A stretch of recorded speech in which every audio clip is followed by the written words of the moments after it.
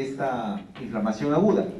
Va a presentar primero, en general, alteración del calibre vascular, ¿no? Va a haber también cambios en la microcirculación. Y por último, va a provocar que los leucocitos que se encuentran en los vasos migren de estos hacia los tejidos, ¿no? Entonces, eso, en resumidas cuentas, son todos los procesos que subyacen a la inflamación aguda. A ver, acá tenemos un cuadrito, un dibujito, un esquema, en donde vemos daño a nivel de los tejidos, ¿no? Entonces, el daño a nivel de los tejidos va a provocar que haya cambios a nivel de la vasculatura. A su vez, como va a haber una lesión, va a haber daño en las células que componen ese tejido. Y la presencia de este agente externo, en este caso, para este ejemplo, pues las bacterias, ¿no? O cualquier otro microorganismo, ¿no? Va a generar que el macrófago, que es una célula muy importante en la inflamación y que está presente en muchos tejidos, ¿no? Se active, ¿no? Lo pueden activar el mismo hecho de tener células dañadas, como también lipoproteínas, ¿no? Externas, ¿no? Como son de las bacterias, ¿no? Entonces, todo eso va a hacer que el macrófago que produzca liberación de citoquinas y de factores quimiotácticos, ¿no? A su vez, la presencia de por sí de estos agentes externos va a activar al complemento. Entonces, y por otro lado, los cambios vasculares que van a producir vasodilatación, incremento en la permeabilidad vascular, esto es, los vasos van a dejar espacios por donde tanto el contenido como las células van a trasvasarse hacia los tejidos, ¿no? A su vez, que también la activación de factores de coagulación, todos estos factores van a desencadenar ¿qué? Una estimulación en estas células inflamatorias. Y de esta forma el ciclo se retroalimenta. Entonces, vamos a ver que los vasos, ¿cómo van a responder? Provocando edema en los tejidos, salida de líquido, salida de las células, por los mecanismos de quimiotaxis, ¿no? Y estos, a su vez, al encontrarse en los tejidos dañados, van a hacer frente a este agente externo, a este patógeno, ¿no? Digamos que en este esquema podemos tener una visión general del proceso de inflamación aguda.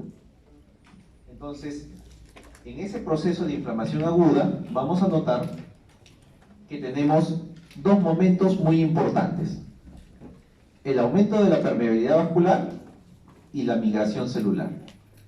En el primer momento van a suceder algunos fenómenos, ¿no? En un orden, digamos, relativo, que van a permitir conseguir este efecto, aumentar la permeabilidad vascular. ¿Y cómo se va a conseguir? Primero va a haber una vasoconstricción transitoria. Los vasos, ante un evento agudo, van a buscar primero cerrarse, pero eso es bien momentáneo. Después producen una vasodilatación y un aumento de la permeabilidad. Al aumentar la permeabilidad de los vasos, se va a perder el flujo, ¿no? El flujo axial que tienen los vasos. Como este líquido va a salir hacia los tejidos, se va a provocar un éstasis, que nosotros lo vamos a evidenciar como ¿qué? Como un eritema. ¿Y por qué eritema, doctor? ¿Qué cosa compone la sangre? Glóbulos rojos. Entonces, al haber una gran cantidad de glóbulos rojos en los tejidos, se van a evidenciar como un eritema. A su vez, también la salida de proteínas o de otras sustancias provocarán, pues, en algunas situaciones, ¿no?, exudados o trasudados. ¿Ya? En cuanto al fenómeno de la migración celular, ¿qué tenemos que tener presente?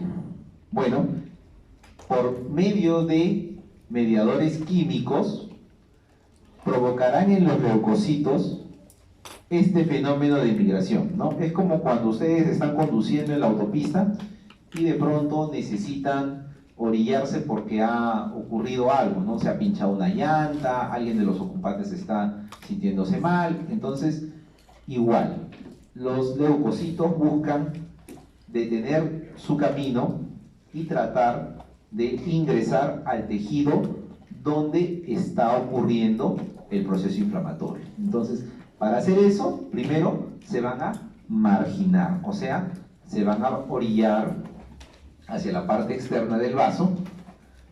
Posteriormente va a haber un fenómeno de rodamiento, ¿no? Luego ocurrirá una adhesión con algunas proteínas que va a presentar el endotelio, ¿no? Después va a haber un proceso de quimiotaxis, ¿no? Para atravesar el endotelio, y habrá una emigración.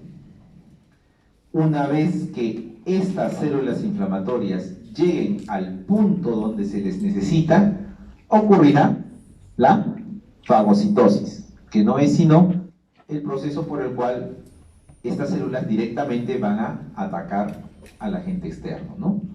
Y esta fagocitosis está caracterizada por activación de leucocitos, reconocimiento de sustancias extrañas, unión de fagocito a sustancia extraña, englobamiento, pueden formar vacuolas lisosómicas para digerir el material fagocitado. Cualquiera de estas formas se va a dar en el proceso de fagocitosis dependiendo del agente externo. Entonces, en esta lámina tenemos un resumen de cómo se va a dar todo el proceso de la inflamación aguda.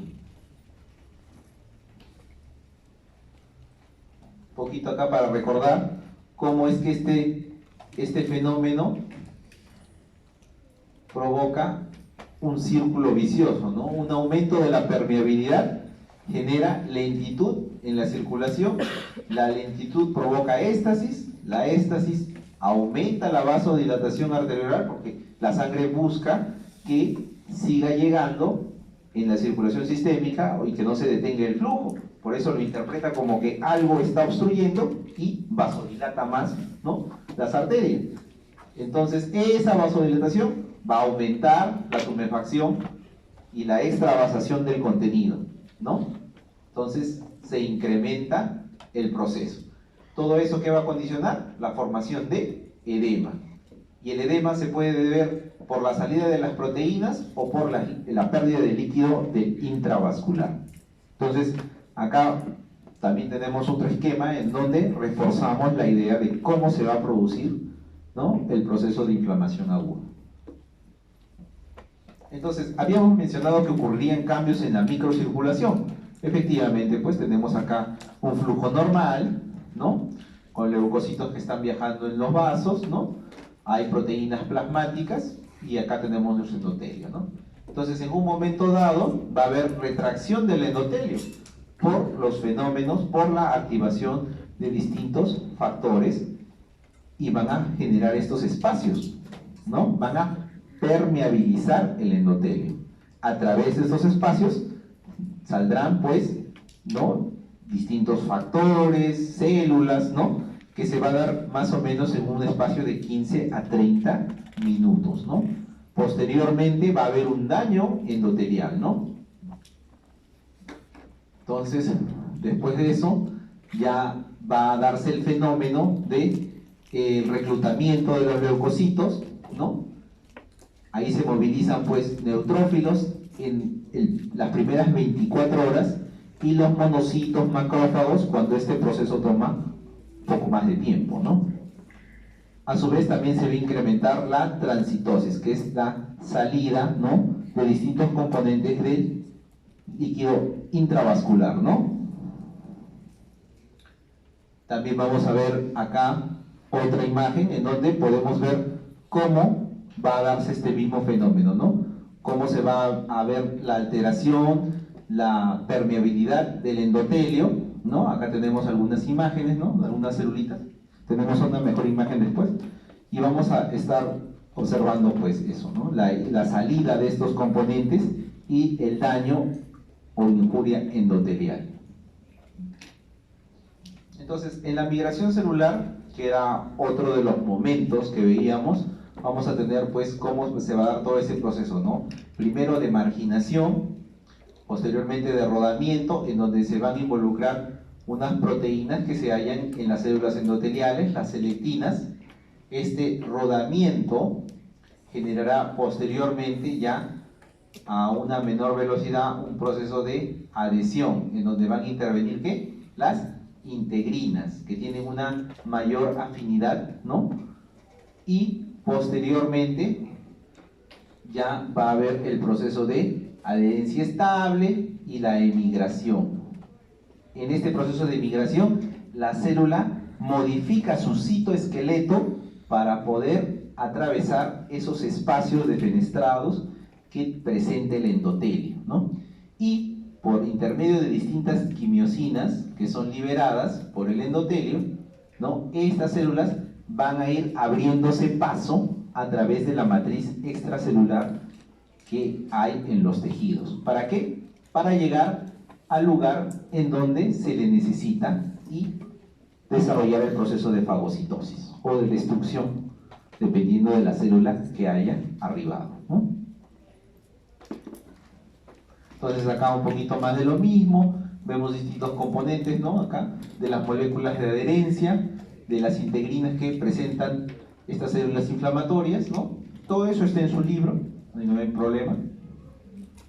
Y acá con lo que les comentaba, ¿no? Entonces nosotros en la práctica diaria, nosotros recibimos distintas muestras y las enfermedades inflamatorias, pues, qué duda cabe, son las que hay en mayor cantidad.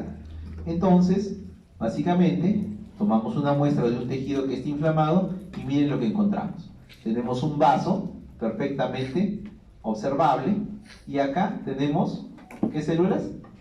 Tenemos células inflamatorias que están entrando al proceso de adhesión, ¿no? Han venido marginándose, están rodando, ¿no? Hay otros que ya han transmigrado, ¿no? Y que se están acercando hacia los sitios donde se le requiere, ¿ya?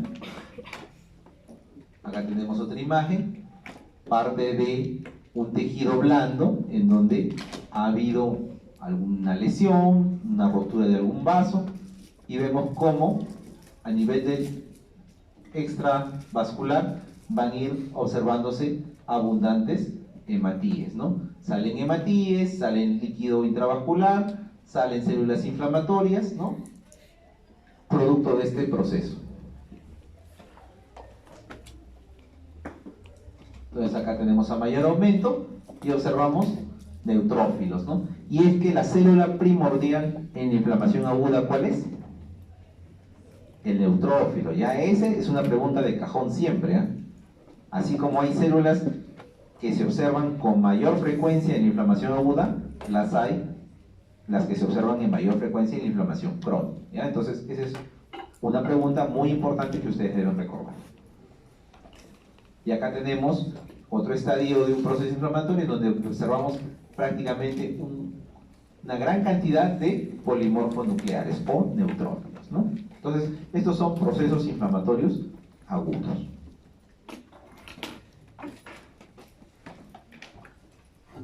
Entonces, hemos visto parte del proceso que lleva a la formación de una inflamación aguda. Pero esto no se desarrollaría si no tuviéramos, ¿qué cosa? Mediadores. ¿Y qué son estos mediadores? Bueno, en síntesis, podemos decir que son proteínas, ¿no? Pero se generan ¿a dónde? A partir de células o de proteínas plasmáticas, ¿no? Y se van a producir en respuesta a estímulos.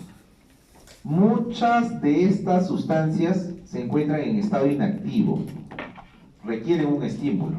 Entonces, cuando se da un fenómeno que provoca una inflamación, se activan estos componentes y se desencadena el proceso inflamatorio.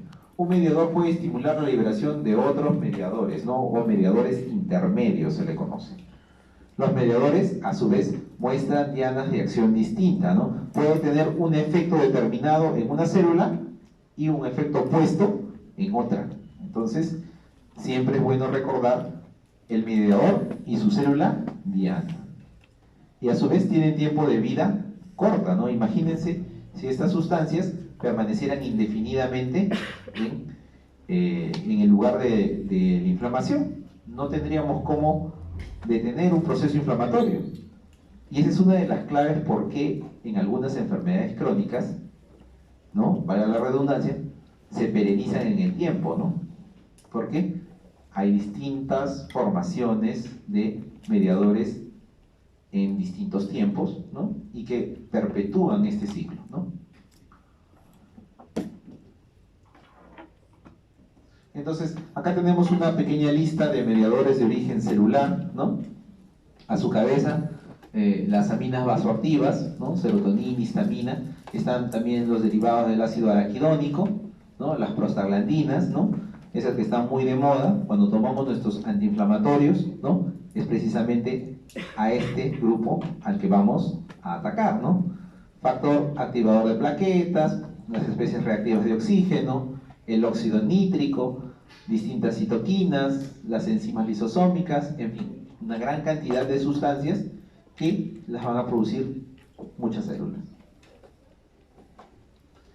A su vez tenemos otros mediadores, ¿no? El sistema de complemento, el C3A, el C5A, el sistema de coagulación y quininas, ¿no? Todos ellos también contribuyen al proceso de inflamación. Entonces acá tenemos otro esquema en donde tenemos, ¿no?, sustancias producidas por las células, ¿no?, la fuente de ellas, ¿no?, la histamina, por la degranulación de las células mastocitos, ¿no? Por ejemplo, las prostaglandinas, que lo producen casi todas las células, incluyendo plaquetas, ¿no? Y en la otra imagen, pues, los factores que se encuentran en el plasma, muchos de ellos producidos por el hígado, ¿no? Entonces, cuando nosotros tenemos enfermedades hepáticas, se van a alterar estos factores de la inflamación. Por lo tanto, un paciente que tiene alguna dolencia hepática, ¿cómo estará su sistema inmune? ¿No? Deprimido, ¿no? Por eso es que nosotros vemos que los pacientes cirróticos, alcohólicos, tienen las defensas bajas, porque no están produciendo mediadores de inflamación, no hay una buena respuesta. ¿Se dan cuenta? O sea, cuando nosotros tratamos de integrar esos conceptos, podemos entender mejor las enfermedades de su fisiopatología, ¿no? Acá tenemos parte del esquema del ácido araquidónico y cómo se van generando las distintas vías de la ciclooxigenasa y las prostaglandinas, así como la acción que tienen en las células y en los vasos. Como le ven, otra vez, inflamación es hablar de células y vasos. Ese es el concepto que yo quiero que se lleven. Ustedes se llevan eso y ya hemos ganado la mitad de la clase. Ya lo único que queda es repasar detalles. Pero eso es lo que yo necesito que ustedes se lleven a casa. Entonces, muchos de los distintos antiinflamatorios de venta que ustedes conocen actúan en estos niveles, ¿no? A nivel de la ciclooxigenasa o a nivel de la fosfolipasa, ¿no? Por ejemplo, los esteroides como la dexametasona, ¿no?, actúan a un nivel más alto, no es selectivo, ¿no?, y tiene gran cantidad de efectos adversos, ¿no? Por otro lado, algunos otros como los AINES, ¿no?, actúan a nivel de COX-1, otros a nivel de COX-2, que son más selectivos, ¿no?, y tienen menores efectos adversos, aunque, bueno, su eficacia estos últimos tiempos ha sido puesta en tela de juicio, ¿no? Ya nos dirán ustedes cuando pasen farmacología. Y acá tenemos también otro de los componentes, ¿no?, la activación del complemento por sus vías tanto alterna, clásica, que ustedes ya han revisado en bioquímica. No es la idea, pero ustedes tienen que tener ese concepto también listo, ¿no? Entonces, acá un resumen de nuestros mediadores de inflamación: los que producen vasodilatación, prostaglandinas, histaminas, serotoninas, óxido nítrico, ¿ya? Los que producen aumento de la permeabilidad vascular, aminas, el C3A, los leucotrienos, ¿no? Los que me provocan quimiotaxis, el C5A, el leucotrieno B4, productos bacterianos, que son los que esas mismas proteínas, ¿no?, desencadenan la avidez por estas células inflamatorias, ¿no?, y la citoquina, ¿no?, del tejido. ¿Qué nos produce fiebre y dolor? El la interleuquina 1 y el factor de necrosis tumoral, ¿no?, y distintas bradykininas. aumenta la lesión tisular las enzimas lisosomales de los neutrófilos, los macrófagos, eosinófilos, ¿no? ¿Por qué? Porque todas estas células en sus lisosomas disponen de un arsenal químico para lesionar a las células o a los agentes externos. Ahora, ¿se imaginan que ese arsenal químico será ultra específico para una bacteria o un hongo? No lo es. Y así como le provoca daño a esos organismos, también provoca daño al tejido del huésped, ¿no? Entonces, ya abordando otro momento de la inflamación aguda, como su nombre lo dice, es un proceso rápido, una acción que va a determinar qué cosa, que se anule, que se destruya el agente causal, ¿no? O bien lo destruye, o bien muere el organismo, ¿no? Porque nosotros hemos visto algunos cuadros de enfermedades agudas, ¿no? Que tienen un desenlace, ¿no? Fatal. Entonces, eso caracteriza la inflamación aguda. Debe haber una respuesta, debe haber una resolución, debe haber una evolución de ese cuadro. Se dice que la inflamación aguda tiene una resolución completa. Si no, ¿qué le habría pasado a ese organismo? ¿Cómo? Se muere, ¿no? Si no superas la inflamación aguda, mueres, ¿ya? Es distinto en la inflamación crónica. Entonces, hay una resolución completa. A su vez, habíamos dicho que la inflamación aguda era el primer paso en ¿qué otro fenómeno? En la reparación. Por lo tanto, tendremos cicatrización y sustitución por tejido conjuntivo. Como lo veremos en su momento, la próxima clase, habrá tejidos que tienen una capacidad de regenerarse, ¿no? Y prácticamente no notaremos el daño. Y habrá otros en donde no hay esa capacidad. Y lo único que nos queda es la sustitución, o sea, el reemplazo de esas células que han muerto por otro tejido, que quizás no tengan la misma función, pero tenga que ocupar un espacio. Y la progresión a inflamación crónica. Algunos cuadros agudos entran en un estado de letargia, en un estado subagudo, ¿no? Y se cronifican en el tiempo, ¿ya? No en todos los casos, ¿no?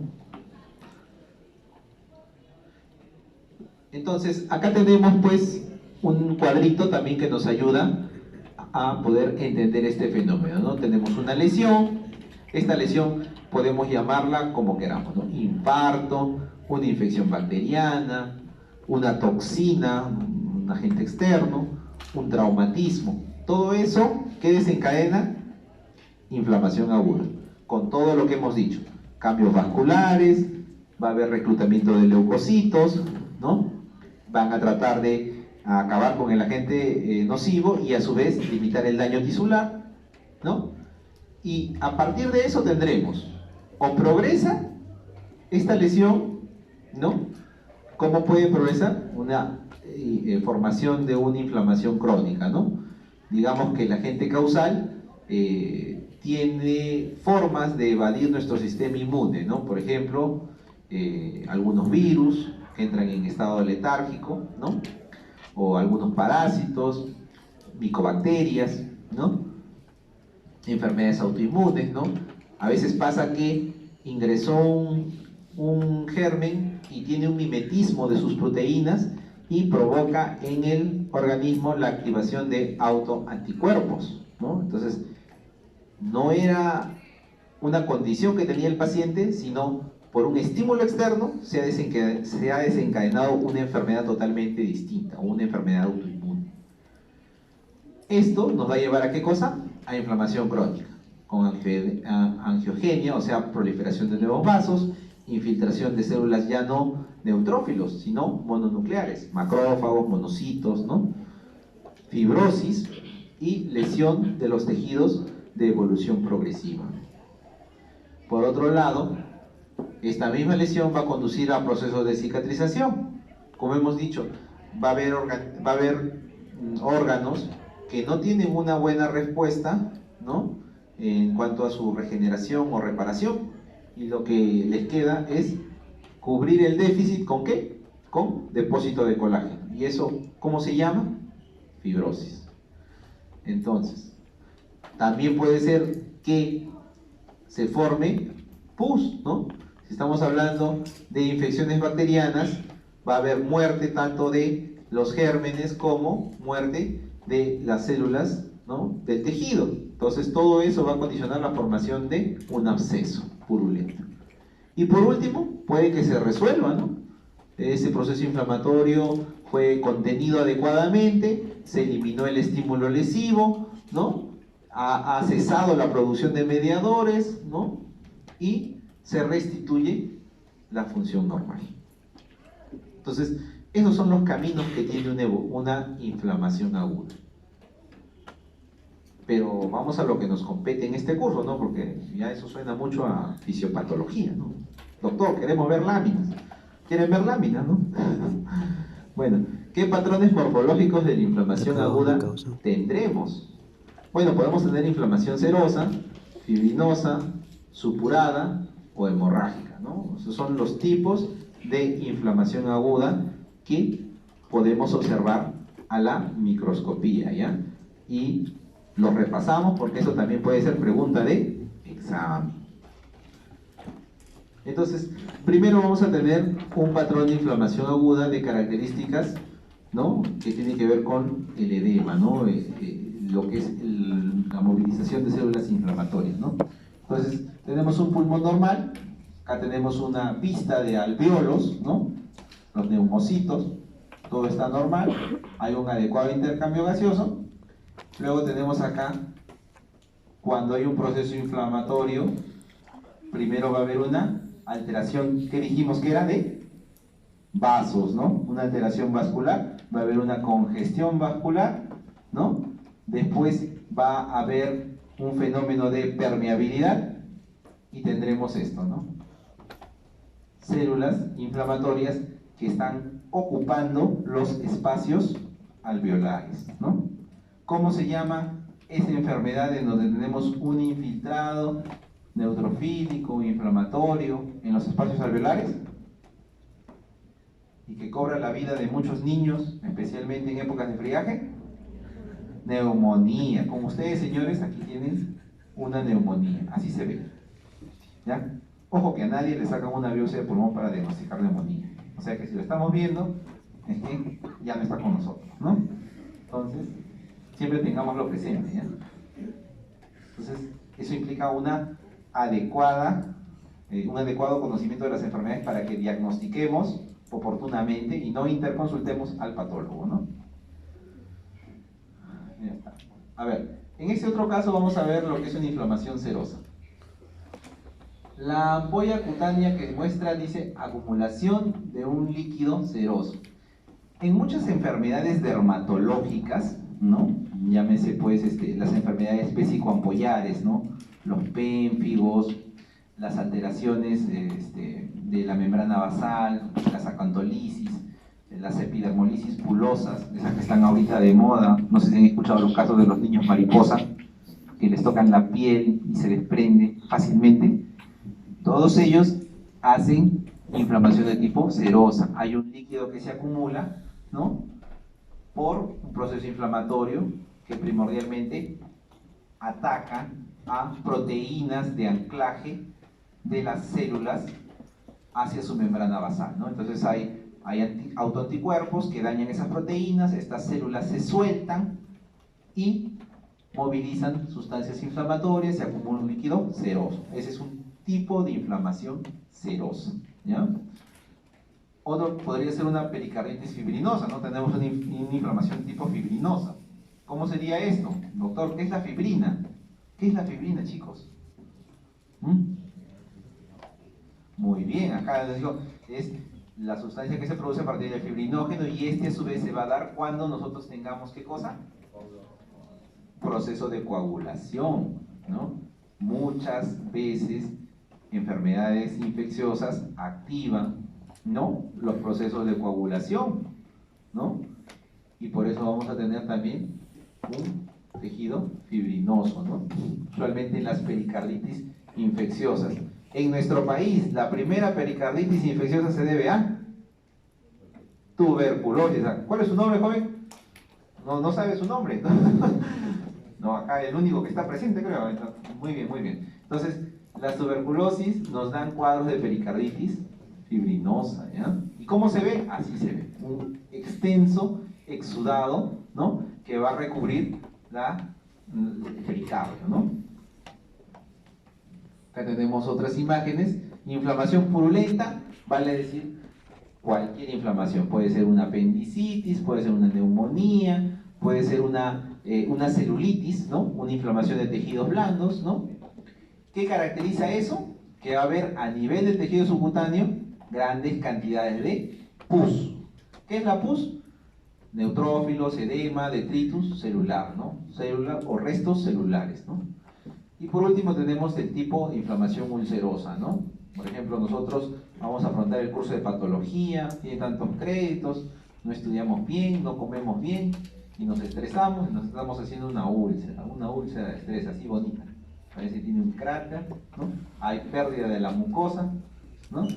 Y hay una movilización de células inflamatorias, ¿no? Muy bien. Bueno, eso es con respecto a la inflamación aguda, ¿ya? Ahora vamos a ver el tiempo, si todavía nos queda buen tiempo. Vamos a ver lo que corresponde a inflamación crónica, ¿ya? Bueno, ¿qué va a caracterizar a la inflamación crónica? Que la duración es más prolongada. ¿Ya? Es una buena idea, ¿está bien? Podemos tener esa idea en mente, ¿no? Tiene que tener una mayor duración en tiempo. A su vez, debe presentar activación de la lesión celular primaria y debe coexistir con la reparación y cicatrización. O sea, en un mismo momento, en un mismo corte histológico, vamos a ver células inflamatorias de tipo monocito macrófago, ¿no? O linfocitos y procesos de fibrosis, de reparación celular, de angiogénesis, ¿no? Entonces todo eso tenemos que observarlo a la vez, ¿no? Es distinto en un tejido sano, por decir, ha sufrido un corte, ¿no? Hay extravasación de hematíes, hay movilización de mediadores químicos, se resuelve eso con una cicatrización y el tejido se restablece. No coexistió mucho tiempo un proceso de cicatrización, de fibrosis. Aquí es distinto. La duración debe ser prolongada y debe haber una activación de la lesión inicial con reparación y cicatrización simultánea. Ya con eso, ya sabemos qué es inflamación crónica. ¿Qué causa la inflamación crónica? Infecciones persistentes, ¿no? Micobacterias, algunos virus, hongos, parásitos. Entonces, esta gran cantidad de microorganismos nos van a llevar a la cronicidad. ¿Qué más? Enfermedades por hipersensibilidad, o sea, enfermedades autoinmunes. A la cabeza, AR, artritis reumatoide. Y la enfermedad inflamatoria intestinal que está muy de moda. Así que ustedes van a surgir en una época de avance de esta enfermedad, ¿ya? A su vez también la exposición prolongada a agentes tóxicos, ¿no? Sílice o enfermedades que condicionan alguna degeneración en nuestro organismo, ¿no? La ingesta ¿no? constante de grasas va a provocar que nuestro sistema circulatorio también sufra cambios. Pero a esto le podemos añadir muchas sustancias, ¿no? El plomo de la minería, ¿no? Las sales de mercurio, la contaminación atmosférica, etc, etc, etc. ¿Qué características tendrá entonces la inflamación crónica? Tendrá un infiltrado mononuclear. Aquí el neutrófilo no participa en la inflamación crónica, ¿ya? Entonces, en inflamación aguda, neutrófilo. En inflamación crónica serán mononucleares, macrófagos, linfocitos, células plasmáticas, ¿ya? Debe haber destrucción de tejido, productos líticos de las células mononucleares. y debe haber reparación con angiogénesis, activación de fibroblastos y fibrosis. ¿Ya? Entonces acá tenemos en esta imagen los componentes que estamos hablando, ¿no? Acá en este tejido tenemos la formación de ¿qué? De agregados linfoides. Estos agregados linfoides simulan la arquitectura de un ganglio. No es un ganglio, pero lo simula, se organiza. A ver, ustedes imagínense unas tropas que están defendiendo, digamos, un territorio y en el tiempo se tienen que establecer ahí. Entonces no llevarán pertrechos para 1 o 2 días, ¿no? Se tienen que acondicionar, establecer pues los ambientes donde van a descansar, donde van a comer, donde se van a asear, ¿no? Donde van a preparar sus municiones. Igual hace las células del cuerpo humano. Si saben que se van a quedar mucho tiempo, se organizan a través de centros germinales para que madure, ¿no? Y de ahí van a ir liberando células inflamatorias mononucleares, ¿no? Entonces tenemos agregados linfoides, pero notamos que estos espacios alveolares, si se acuerdan, cuando veíamos la primera imagen, la pared de los alvéolos era bien delgadita, no era una monocapa. Ahora vean esto. ¿Está adelgazado o engrosado? Está engrosado, ¿no? Entonces hay un proceso de ¿qué? De cicatrización y de fibrosis. ¿Dónde está la fibrosis, doctor? Acá. Hay una fibrosis en este espacio que debería ser muy delgado, que es el intersticio. Hay una fibrosis intersticial, ¿no? Entonces, si ustedes recuerdan bien su fisiología, ¿no? Porque lo recuerdan, ¿no, chicos? Ya está. Si ustedes recuerdan bien su fisiología, para que haya una adecuada intercambio de gases, ¿cómo tiene que ser ese cociente? Esa ventilación-perfusión. ¿Ah? ¿Y ustedes creen que va a estar bien con ese intersticio engrosado? No, ¿no? Difícil, ¿no? Muy bien. Entonces va a haber fibrosis y a su vez también va a haber angiogénesis, va a haber formación de algunos nuevos vasitos, ¿no? Básicamente. Vamos a seguir, perdón. Entonces acá vamos a recordar con las células inflamatorias de la inflamación crónica, la cabeza, los macrófagos, ¿no? Una célula grande, ¿no? Un núcleo grande, algunos lo describen como célula que tiene una forma de huevo frito, ¿no? O sea, cuando ustedes vean ahí su lámina de microscopio, ahí capaz si se incentivan y quieren comer algo, ¿no? Tienen esa forma, ¿no? Los macrófagos. Y a su vez estos macrófagos se pueden juntar entre varios, ¿y qué forman?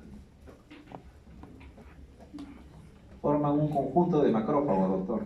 No, forman células multinucleares gigantes.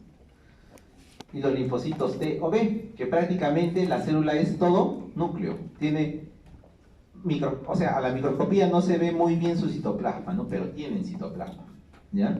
Los mastocitos, acá, una célula también similar en forma al macrófago, y los eosinófilos, característicos con sus lobulaciones, núcleos lobulados, pero con un citoplasma ¿de qué color? ¿De qué color es el caballo blanco de San Martín? Rojo, ¿no? Por eso está así, de eosinófilo rojo. ¿Ya? Nada es casualidad, ¿eh? Le he puesto amarillo para que se acuerden del huevo frito. Ya está. A ver, seguimos. Entonces, la principal célula de la inflamación crónica, ¿cuál es? El macrófago. ¿Y cómo son estas células? Son derivadas de monocitos circulantes y se hallan tanto en circulación, ahí en circulación como monocitos, y en los tejidos ya como macrófagos, y toman algunos nombres en particular, ¿no? Dependiendo del tejido, ¿no? Ya sea células de Kupffer, microglia, etc. Todos ellos son macrófagos y cumplen una función preventiva de defensa en los tejidos, ¿no? Es como que se imaginaran que tienen ahí la comisaría que está en su urbanización, en donde ustedes viven, ¿no? Ahí están. No se les siente, ¿no? Igualitos son, no se les siente.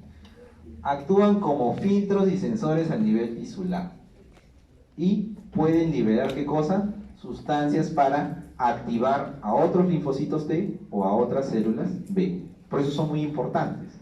¿Ya? En cuanto a su origen, surgen pues de precursores en médula ósea y van a circular como monocitos más o menos una hora. Y de ahí van a migrar a los tejidos donde se les necesita, ¿no?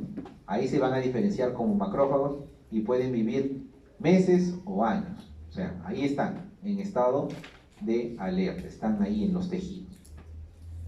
Entonces acá tenemos otro esquema, tenemos una médula ósea, ¿no? ¿Se produce en dónde? Hígado y saco vitelino, ¿no? Entonces, este es su proceso de ontogénesis, una célula madre hematopoyética. Mientras está en sangre se le conoce como monocito, ¿no? Y ya cuando llega a los tejidos, ahí se diferencia. Y se queda tanto en la piel, en el tubo digestivo, en el hígado, en el sistema nervioso central, en todos los tejidos, ¿no? Acá tenemos una imagen, microscopía óptica a, ¿cuánto será esto? 40, ¿no? 40x. Y acá ya tenemos en qué. ¿Qué es esto? Microscopía electrónica, ¿no? De barrido. ¿Y qué es esto? También, profesor. Solamente que aquí han degranulado, ¿no? Todos sus gránulos, ¿no? Están fagocitando algo, se estarán comiendo. Y acá están todavía quietos, a la espera. Entonces tienen distintas vías para activar los macrófagos, ¿no? Vía clásica, vía alternativa, ¿no? ¿Dónde se va a producir esto? ¿No? En las acciones que se provocan como fagocitosis, ¿no? Ya sea por la actividad enzimática, ¿no? Las especies reactivas de oxígeno, ¿no? Por medio de las interleuquinas en la inflamación, esa es la que nosotros conocemos más. A su vez también por la vía alterna, con los factores de crecimiento y con algunos interleuquinas o factores también, ¿no? De crecimiento transformante beta, ¿no? Básicamente por todas estas vías se van a activar, ¿no? Y no solamente que se activen ellos, sino que van a participar por medio de citoquinas en la activación de todos los que están a su alrededor, ¿no? Linfocitos, ¿no? Y van a generar, pues, por medio de otros mediadores de inflamación y van a reclutar incluso a otras células, ¿no? Entonces, así es como se propaga esa señal, ¿ya? Esa es su forma, su lenguaje para poder activar al resto de los componentes del sistema inflamatorio. Entonces acá tenemos un esquema de cómo actúan estos macrófagos, ¿no? La injuria crónica, el daño crónico activa los linfocitos T, estos por factores quimiotácticos también activan a los monocitos y activan a los macrófagos. O por medio de factores de crecimiento hacen que proliferen los macrófagos de los tejidos y también incrementan. O si no, producen mitógenos que también aumentan su proliferación. O el mismo hecho de estar presente y en contacto con el material de la bacteria, ¿no? Moviliza factores quimiotácticos, ¿no? Por todas estas vías, ¿qué tenemos? Incremento de macrófagos. Y estos a su vez se pueden transformar en células epitelioides. Y como células epitelioides se agregan y forman células multinucleadas. Entonces, ahí vamos a ver cómo esas tienen otro rol en un tipo particular de inflamación crónica. Entonces, acá tenemos una imagen de una mucosa. ¿De dónde? Histología. ¿De dónde? Mucosa gástrica, ¿ya, chicos? Pero profesor, pero así no se veía. Claro, porque esta mucosa gástrica está alterada, pues, ¿no? Pero es mucosa gástrica, ¿no? Y entonces vamos a ver que en este espacio, ¿no? En el espacio intersticial, hay una gran proliferación de ¿qué? De neutrófilos, dicen por ahí. Perdón, ¿en qué inflamación estábamos? Macrófagos, dicen macrófagos. Puede ser que haya macrófagos, ¿no? Pero más que hay. Linfocitos, ¿quién dijo por ahí linfocitos? Muy bien, hay una gran proliferación de linfocitos y de células plasmáticas, ¿no? Que están prácticamente rodeando a todas las glándulas, todas las foveolas, ¿no? De la mucosa gástrica, ¿no? Entonces, esta es una gastritis crónica, ¿no? Como les había adelantado, hay un tipo particular de inflamación crónica que es muy importante que ustedes le estudien. Tiene una trascendencia, valga la redundancia, igual de importante en nuestro país porque es una de las enfermedades más comunes y prevalentes, ¿no?, de nosotros, ¿no? ¿Ustedes saben a qué me estoy refiriendo?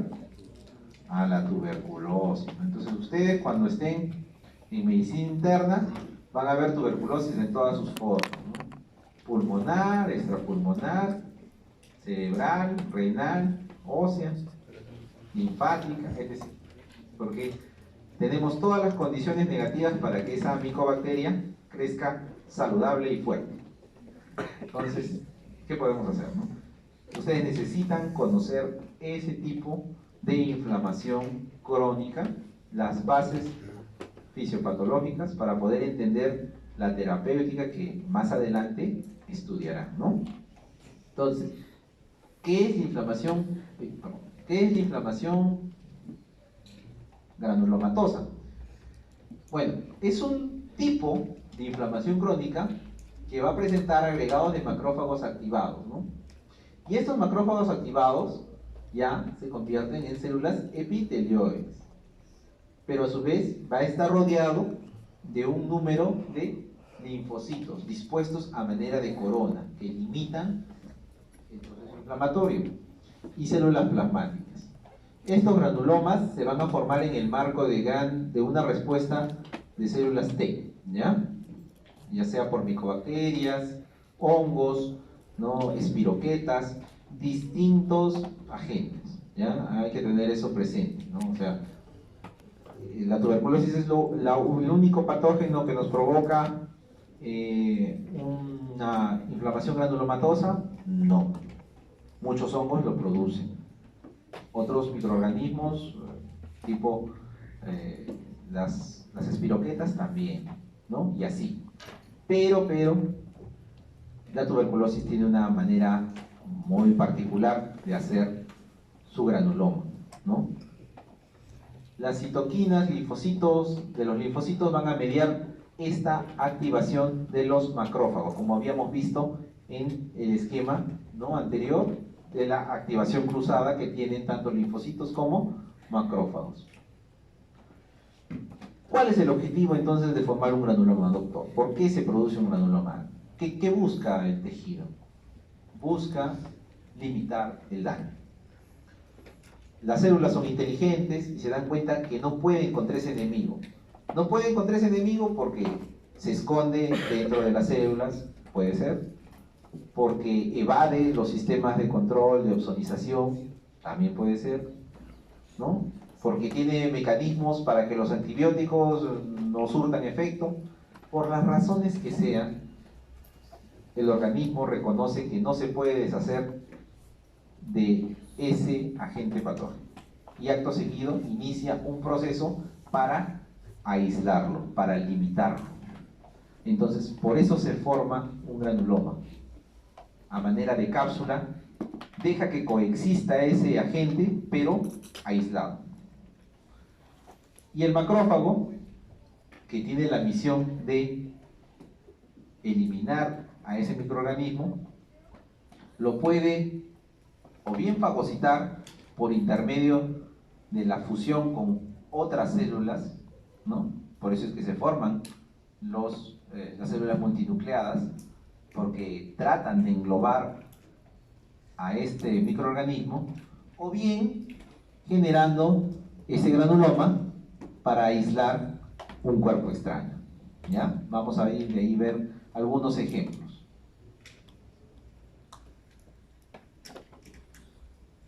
Entonces, acá hay un cuadrito que tiene su libro de texto en el que mencionan, pues, distintos agentes que provocan inflamación granulomatosa, ¿no?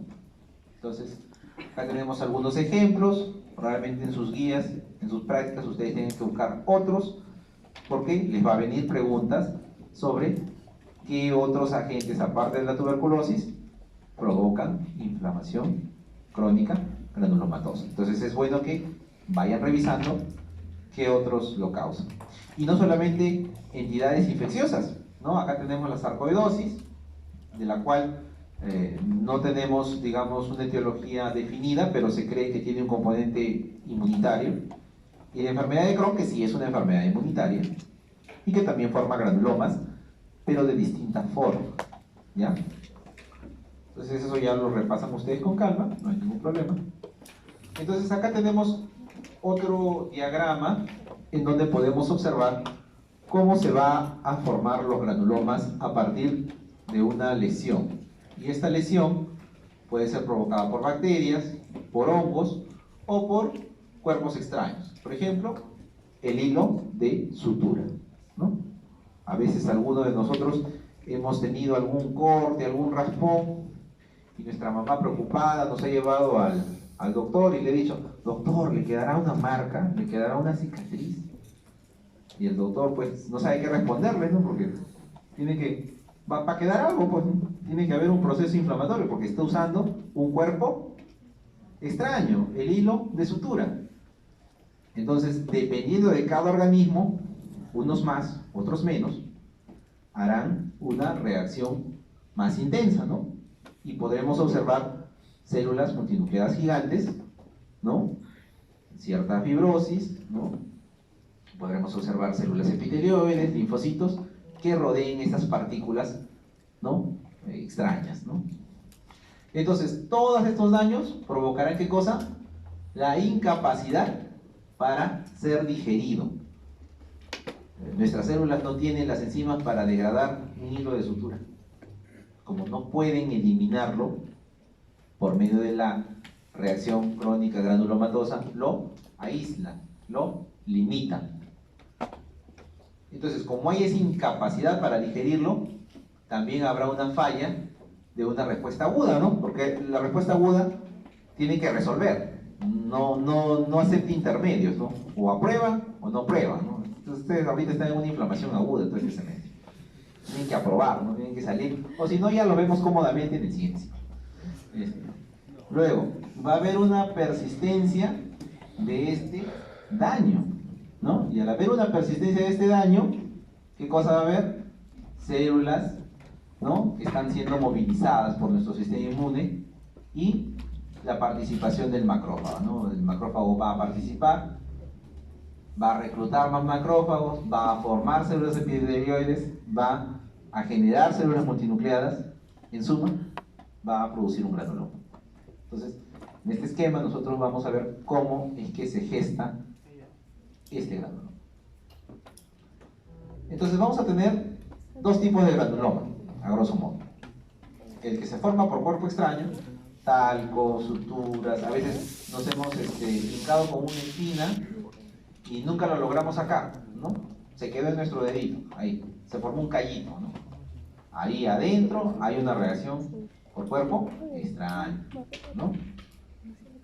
Por ejemplo, a ver, por acá todos están jóvenes, más o menos media edad, 20 y tantos años, entonces seguro más de uno debe tener un tatuaje acá, ¿no? El silencio juega a mi favor. Ya está. Entonces, todos ellos que se han hecho su tatuaje tienen granuloma a cuerpo extraño. ¿Ya? Ahí está. No va a haber una respuesta inmunitaria y el cuerpo extraño, ¿dónde se va a localizar? En el centro del granuloma. En los tatuajes, ¿qué será? El pigmento.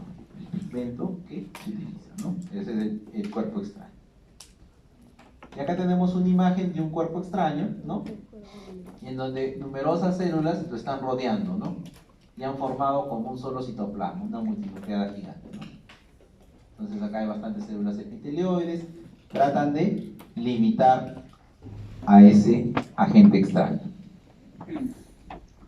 Por otro lado tendremos el granuloma inmunitario, ¿no? La respuesta inmunitaria tipo 4, ¿no? Que eso ya lo revisarán ustedes en las clases posteriores, pero les adelantamos que estos macrófagos van a presentar, ¿no?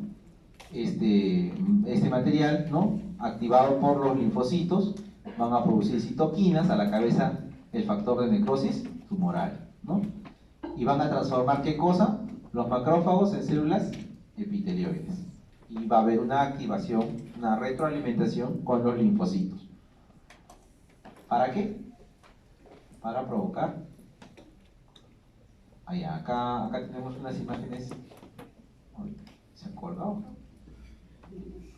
Acá tenemos unas imágenes ya de patología que corresponden pues a una enfermedad, ¿no? Pulmonar, ¿no? Por tuberculosis, ¿no? Entonces, acá tenemos un pulmón.